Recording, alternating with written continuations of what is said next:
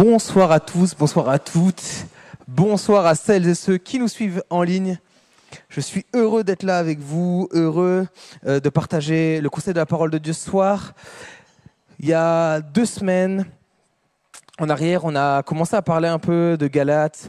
Marcher par l'esprit, ça veut dire quoi? Les œuvres de la chair, et Paul il explique ça. Et on s'était arrêté à mon passage préféré de ce texte-là. Et je voulais quand même continuer sur ce texte-là. On va ouvrir dans Galates 5, verset 22. À partir du verset 22, et on va lire ensemble jusqu'au verset au moins 23 ce soir. Je ne promets pas d'aller plus loin. Mais le fruit de l'esprit, c'est l'amour, la joie, la paix, la patience, la bonté, la bienveillance, la fidélité, la douceur, la tempérance. La loi n'est pas contre ces choses. Juste avant, dans le texte de Galates 5, de 16 à 22, Paul décrit la marche par l'esprit, et avant ça, il décrit les œuvres de la chair, les œuvres que naturellement l'être humain produit, la division, les querelles, les choses comme ça et tout. Et là, il nous parle de...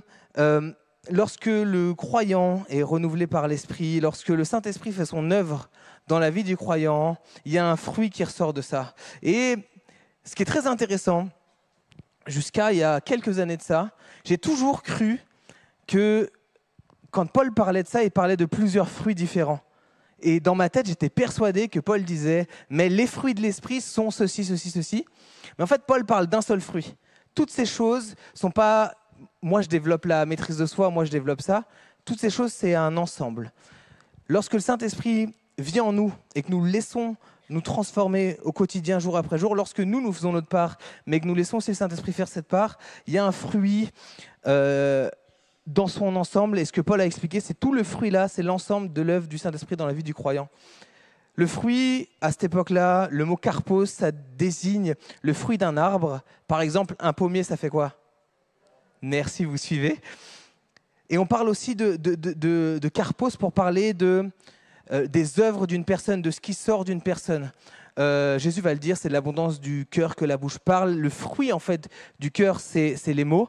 Là, le fruit du croyant qui se laisse transformer par le Saint-Esprit, c'est tout ce qu'on a lu juste avant. Et on va détailler, je vais essayer de détailler assez brièvement chacune des facettes de ce fruit, ce qu'on est appelé à développer, pour nous permettre peut-être ce soir de comparer nous-mêmes par rapport à là, et où est-ce qu'on a encore besoin de progresser, parce que je crois qu'on a besoin de progresser jour après jour pour atteindre le niveau de Jésus. Il y a encore de la marge. La première facette, c'est l'amour. Paul commence sa liste du fruit de l'esprit avec l'amour agapé. C'est pas seulement un sentiment. Quand on parle d'amour, on pense tout de suite film romantique et tout. C'est pas un sentiment. Là, il nous parle d'action. Paul le décrit très bien dans 1 Corinthiens 13. L'amour est patient, plein de bonté, pas envieux, il ne se vante pas, il ne s'enfle pas d'orgueil, il ne fait rien de malhonnête, il ne cherche pas son intérêt, il ne s'irrite pas, il ne soupçonne pas le mal, il ne se réjouit pas de l'injustice, mais il se réjouit de la vérité. Il pardonne tout, il croit tout, il espère tout, il supporte tout. L'amour dont Paul nous parle, c'est une action. L'amour se manifeste par une action. On a cette tendance à croire que l'amour, ce sont juste des sentiments. Je peux dire à mon épouse, je t'aime tous les jours. Si je ne lui montre pas, à un moment, ça va sonner creux. L'amour doit se manifester par une action. Et c'est ce que le Saint-Esprit développe en nous. Lorsque nous marchons et nous laissons le Saint-Esprit faire sa part et que nous faisons notre part, le Saint-Esprit développe en nous cet amour. Et on doit grandir dans cet amour. On doit grandir dans toutes ces choses-là. La deuxième facette, c'est la joie, le mot chara. C'est pas juste un simple bonheur passager où je suis un peu heureux de temps en temps. C'est une joie profonde, une allégresse qui vient du cœur, qui est souvent liée à la reconnaissance d'un cadeau. À cette époque, on parlait de chara pour parler de la joie lorsque tu fais une fête. Lorsqu'il y a un mariage et il y a une joie associée à ça. C'est un état d'esprit que nous devons avoir, que le Saint-Esprit développe en nous lorsque nous marchons avec lui. C'est un ordre même que Paul nous dit, réjouissez-vous toujours dans le Seigneur, mais c'est une joie qui ne vient pas de notre situation, c'est une joie qui est indépendante de ce qu'on traverse. C'est une joie qui vient de Dieu. C'est une joie qui vient de la satisfaction et de la connaissance que nous sommes en paix avec Dieu et que nous marchons avec lui. C'est une joie qui découle de Dieu, qui fait que nous pouvons être joyeux, peu importe la circonstance, peu importe ce qu'on traverse. Ce n'est pas une joie qui est dépendante de notre quotidien, c'est une joie qui est dépendante de notre relation avec Dieu. Et c'est cette joie dont Paul nous parle, une joie essentielle. Paul parle ensuite de la paix, le mot « éréné ». C'est un mot qui est plus que juste l'absence de conflit. Je suis en paix avec toi. C'est plus que ça. C'est une tranquillité, un état d'harmonie. En hébreu, c'est traduit par le mot shalom, le shalom, la paix de Dieu. C'est la paix qui nous vient aussi de notre marche avec Dieu, du fait que nous sommes réconciliés avec lui. C'est un état d'esprit de paix. Peu importe ce qui se passe, je suis en paix avec Dieu. Peu importe ce qu'il y a devant moi, j'ai Dieu avec moi, je suis en paix. L'Éternel est mon berger, il me conduit dans des verts pâturages. Et même quand je traverse la vallée de l'ombre de la mort, je ne crains aucun mal. Ta houlette, ton bâton me rassure. C'est une paix qui nous vient du fait que nous marchons avec Dieu. Et nous devons développer cet état d'esprit. Parce que c'est ce que le Saint-Esprit développe en nous. La patience. Ne regardez pas à gauche, à droite s'il y a des trucs. La patience, on a besoin de développer là-dessus. Et j'aime ce terme-là, j'aime la traduction anglaise de ce terme-là. La traduction anglaise, et vous allez entendre mon accent anglais, c'est long suffering, littéralement la capacité à endurer des souffrances sur le long terme. Le mot macrotomia peut se traduire, donc c'est le mot grec, peut se traduire par avoir un souffle long, avoir beaucoup de respiration dans une course. C'est la capacité à endurer la difficulté sur le long terme. Et ce n'est pas une qualité anodine. C'est une qualité qui rentre en lien avec la maîtrise de soi, mais c'est une qualité que le Saint-Esprit veut travailler en nous, cette patience. Je peux traverser l'épreuve en ayant confiance en Dieu. C'est apprendre à endurer sans céder à la colère ni au découragement. La bonté. La bonté, c'est le mot Christotes. Désolé, je ne suis pas très fort en grec. Et c'est plus qu'une gentillesse superficielle, ça nous parle d'une bienveillance active. C'est un cœur qui cherche le bien des autres. Ça découle de l'amour, mais c'est un cœur qui cherche le bien des autres. Je veux le bien des autres. Ce mot-là, il est utilisé aussi pour décrire la bonté de Dieu envers nous. En fait, c'est parce que Dieu est bon envers nous que moi, en réponse à ça, je veux chercher le bien des autres. La bonté, c'est... J'ai aimé cette citation-là. Il y a un pasteur qui expliquait que la bonté, c'est un cœur qui agit sans arrière-pensée, qui veut vraiment le bien de l'autre, même si ça n'apporte rien. Et ces marques-là sont les marques d'une vie qui marche avec le Saint-Esprit. Ensuite, on a la bienveillance. La bienveillance, c'est une bonne pensée de l'autre qui me pousse à agir bien. J'avais un directeur en école quand j'étais surveillant. Il nous disait, et j'aimais beaucoup ça, il nous disait, vous êtes surveillant et vous devez être bienveillant. Surveillant, c'est quoi? C'est veiller sur les gens. Et bienveillant, c'est quoi? C'est veiller bien sur les gens. Et en fait, on est appelé à chercher le bien de l'autre activement. Il y a une nuance entre la bonté et la bienveillance. La bonté, c'est la douceur, la gentillesse dans les relations. Et la bienveillance, c'est l'amour. L'amour dans la relation. Par bienveillance, je vais dire à mon fils, par exemple, fais attention, ne fais pas ça. C'est de la bienveillance. C'est un père bienveillant avec son enfant. Et on est appelé à grandir dans la bienveillance les uns avec les autres. Paul parle de la foi, de la fidélité dans certaines traductions. C'est le même mot, c'est le mot pistis. La fidélité, la loyauté, la confiance. La confiance en Dieu, la confiance dans le fait que Dieu est souverain au-dessus de tout ce que je peux traverser. En fait, c'est cette confiance en Dieu qui peut me garder en paix, tranquille, dans l'épreuve. Je sais que Dieu est au-dessus de l'épreuve. Je sais que Dieu est au-dessus de tout.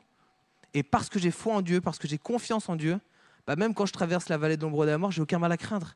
J'ai cette foi en Dieu, cette confiance en Dieu. La douceur, quand Paul parle de douceur, c'est un mot grec qui signifie l'humilité et la force maîtrisée. C'est une humilité. Lorsque le Saint-Esprit me travaille, l'humilité doit grandir dans ma vie. La douceur doit grandir dans ma vie. La capacité à m'adapter doit grandir dans la vie. Et la douceur, dans l'Antiquité, c'est une grande vertu. Ça nous parle de quelqu'un qui ne perd pas son calme, mais qui sait s'imposer avec respect et sagesse. La douceur, c'est l'attitude du disciple de Christ. Jésus lui-même était humble et doux et humble de cœur. Et le Saint-Esprit travaille ça en nous. La maîtrise de soi. Quand Paul parle de la maîtrise de soi, littéralement, le terme peut être traduit par se dominer soi-même. Je contrôle ce que je fais. la maîtrise de soi dans mes actions, la maîtrise de soi dans mes émotions, la maîtrise de soi dans mes réactions. Dieu nous appelle à être maître de nous-mêmes et à ne pas être dominé par notre impulsivité, par notre caractère et ce genre de choses, la maîtrise de soi. Avoir une vie équilibrée sans se laisser emporter. La maîtrise de soi au quotidien. Petite parenthèse, le fruit de l'esprit, c'est pour le quotidien, toute la vie. C'est aussi bien valable le dimanche matin, le mardi soir, que dans les bouchons, que en fin de journée. Mais en fait, c'est le fruit d'une vie, c'est le caractère d'une vie que Dieu veut nous transformer. Et Paul continue, et je voulais être très court là-dessus, mais Paul continue en disant « La loi n'est pas contre ces choses ». Pourquoi ? Parce qu'en fait, lorsqu'on développe ce fruit-là, toutes ces choses sont cohérentes avec le plan de Dieu pour notre vie. Il n'y a aucune facette de ce fruit-là qui est en contradiction avec ce que Dieu veut pour nous. Et Dieu nous appelle à grandir là-dedans et à le laisser nous transformer là-dedans. Et ce que j'aime dans ce texte-là, c'est qu'il nous parle du fruit de l'esprit. C'est de l'œuvre de l'esprit dans nos vies. Ce n'est pas le fruit de Bonnie, ce n'est pas le fruit de Jonathan, c'est le fruit de l'esprit en Bonnie. Le fruit de l'esprit, et puis après mettez votre prénom, parce que je ne vais pas faire tous les prénoms.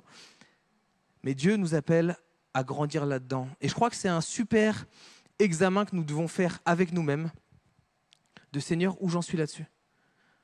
Où j'en suis là-dessus ? Seigneur, où j'en suis dans l'amour ? Comment j'aime les autres ? Est-ce que j'ai grandi dans l'amour des autres ? Est-ce que j'ai grandi dans la maîtrise de moi-même ? Est-ce que j'ai grandi dans la douceur, dans la tempérance, dans la foi ? Est-ce que je grandis là-dedans ? Parce que c'est là où on est appelé à grandir. On est appelé à grandir de progrès en progrès, de victoire en victoire.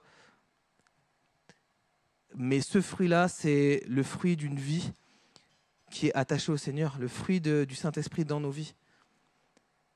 Alors j'aimerais nous encourager à faire ce travail personnel. Je ne veux pas le faire à votre place et je ne serai personne pour juger ça dans vos vies. Mais de faire ce travail personnel. Seigneur, où j'en suis là-dessus ? Est-ce que tu peux me remettre juste le verset d'avant, s'il te plaît ? Où j'en suis là-dessus, Seigneur ? Où j'en suis par rapport à l'amour ? Où j'en suis par rapport à la joie, la paix, la patience, la bonté, la bienveillance, la fidélité, la douceur, la tempérance ? Permets-moi de grandir là-dedans. Je veux être de celles et ceux qui sont matures et qui portent un fruit qui honore Dieu. Et c'est ce fruit qui honore Dieu, le fruit du Saint-Esprit dans nos vies. C'est ce fruit qui fait de nous des témoins efficaces, un fruit qui honore Jésus. Et si vous regardez chaque chose là, on peut les retrouver dans la vie de Jésus. C'est pour ça que la loi n'est pas contre ces choses, parce que ces choses-là nous poussent à honorer ce que Jésus veut qu'on fasse et à honorer qui on doit être. Alors j'aimerais nous encourager quelques instants avant de terminer, juste de prier cette fois-ci personnellement. Tout à l'heure, on a prié pour l'Église. Là, j'aimerais nous inviter à prier personnellement et demander à Dieu, Seigneur, travaille-moi là-dedans, permets-moi de grandir là-dedans. Et s'il y a besoin, je te demande pardon, mais j'ai besoin de grandir encore là-dedans. Est-ce qu'on peut quelques instants courber la tête, fermer les yeux ? Seigneur, je te prie, premièrement pour ma vie, mais pour la vie de chacun d'entre nous. Je te prie qu'on puisse être de celles et ceux qui te permettent de développer en nous ce fruit, un fruit qui t'honore. Je te prie que nous puissions être de celles et ceux qui grandissons là-dedans. Seigneur, je te prie qu'on puisse être de celles et ceux qui te permettons de développer ce fruit dans nos vies. Ce n'est pas par mes efforts, mais j'ai quand même mon rôle à jouer là-dedans. Seigneur, je veux te laisser faire ton œuvre. Permets-moi d'être transformé à ton image, de grandir de progrès en progrès. Seigneur, je te prie qu'on puisse être une église remplie de ce fruit de l'esprit, une église remplie d'amour, de joie, de paix, de patience, de bonté, de bienveillance, de fidélité, de douceur, de tempérance. Seigneur, je te prie que ma vie puisse parler de toi, témoigner de toi, qu'on puisse être ces lettres écrites de Christ, qu'on puisse être ce parfum de bonne odeur devant toi, Seigneur, qu'on puisse être ces lumières qui dirigent vers toi, Seigneur, qu'on puisse être des bons témoins de qui tu es, Seigneur. Je te prie qu'on puisse te laisser pleinement faire ton œuvre dans nos vies. Dans le nom de Jésus. Amen.